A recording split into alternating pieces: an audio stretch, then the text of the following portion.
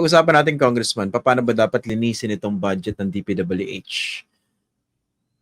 Meron kayong mga proposals, di ba? Pag-usapan natin, simulan natin dito, paano ba hindi maibebenta yung mga proyekto? Paano maiiwasan na makakapag-kickback ang isang kongresista, for example? Una, ang across the board cut in project prices will make sure that mababawasan ng kickback, pero may ibang nagsasabi din na baka mababawasan ng mapupunta sa project, but at least mababawasan ang kickback. And kung i-reforma din natin ang mga district engineering offices, then the engineers should not allow substandard work, then mababawasan din po ang corruption kahit sa pag-accept ng substandard work. But example, sorry po, isa-isahin po natin. Ang proposal ninyo, babaan ang presyo ng mga proyekto. So, kunwari, flood control project, kunwari, at present, 100 million. So, babaan. Tama po ba? Yes. Hindi po ba yung presyo dapat nakabase dun sa specs? Kunwari, walang nakawan. Di ba dapat nakabase yun sa sa kalidad tsaka specifications? Number one, inflated yung CMPD, Construction Material Price Index. And number two, over-engineer din nila yung mga projects. And meron din kasing, I think between 12 to 18% na contractor's profit and overhead cost on top of the direct cost of the project. So sa detailed unit price analysis, makikita, and yung mga taga-DPWH naman mag-agree na may room to decrease the direct cost of the project and the percentage added on top of the direct cost on the project. So potentially, potentially, kunwari 100 million pesos ang isang project. Potentially, magkano yung pwedeng ibawas doon? Because inflated yung price to begin with. I proposed 25% across the board. And ang basehan, simple, sabi daw sa mga Senate hearings, 35 to 50% lang ng project cost na pupunta sa project. And ang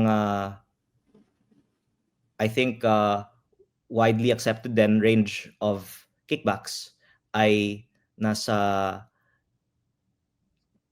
average of 15% para sa proponents and 10% para sa DPWH system, which includes the bid rigging, others who will have to allow for it, and the acceptance of work and even audit of the projects.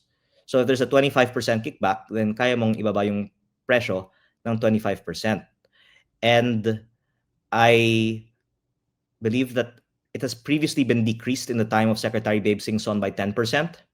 And Secretary Dizon said that he will decrease it by at least 10% as well. And that realistically, there will be haggling on whether it should be 15 or 20. Okay. Pero pag binaba ng 25% across the board yung mga proyekto ng DPWH, would that mean na mababawasan man lang yung kickback nitong mga mandarambong sa gobyerno? Or baka naman na mag-suffer yung project itself dahil baka hindi naman ma-tame or ma-temper yung greed ng mga magnanakaw? Yes, that's why I'm being transparent with you that I'm proposing 25 because kickback is 25, let's say. And if you reduce it by 25 and you have clean implementation, then dapat hindi masasacrifice ang kalidad ng proyekto. Pero kung mangungurakot pa ang mga proponent at taga-DPWH, then hindi lang galing sa kickback yung bawas ng 25%. Kaya kung magkakaroon ng kickback pa rin kung papaano, pero imbes na 25 ay maging 10 na lang, then maybe the compromise would be something like 15%. But 15 yung pwedeng ibulsa? Ibaba.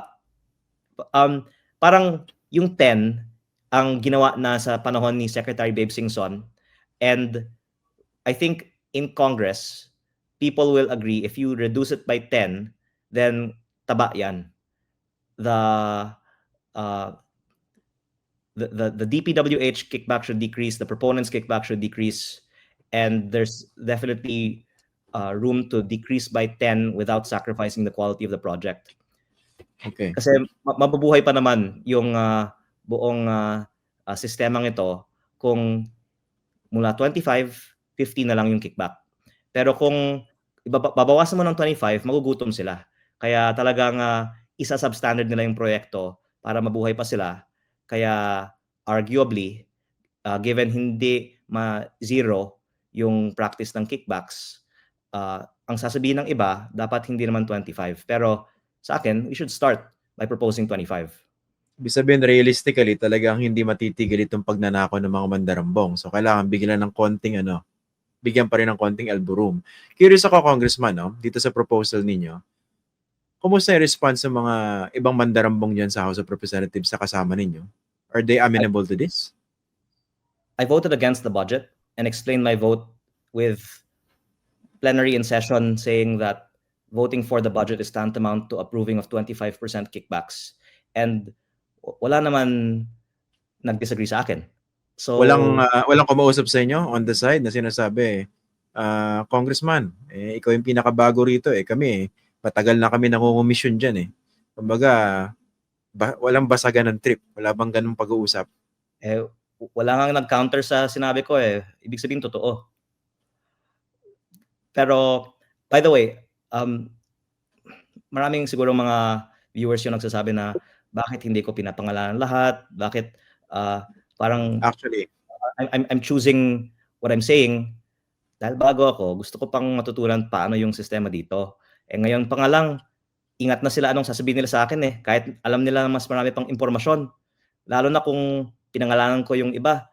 Buti nga may mga nagkakwento pa nga sa akin But ang I think hantungan nitong lahat ay yung mas marami ko pang alam, masha-share ko pag mas tumagal na ako dito. But ito ba mga alam ninyo?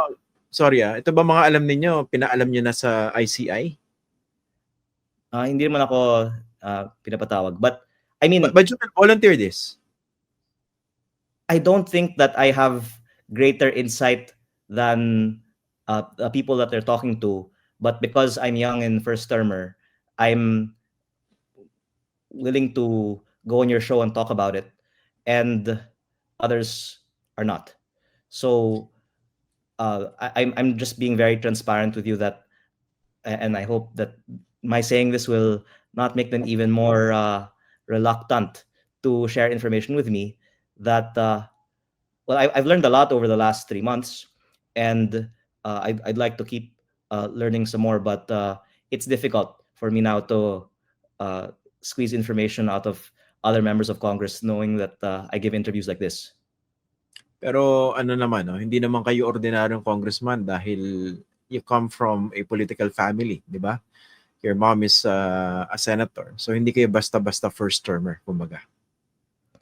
Yes, but ingat sila anong sasabihin nila sa akin nga.